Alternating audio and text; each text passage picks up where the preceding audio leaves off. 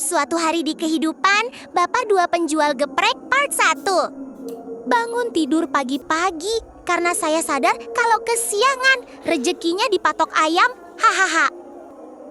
Nggak tahu juga sih ayamnya jantan apa betina.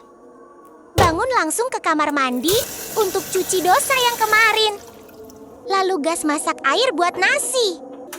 Usaha ini memang masih kecil, tapi saya selalu berusaha untuk menjembengke sampai bisa bermanfaat untuk banyak orang.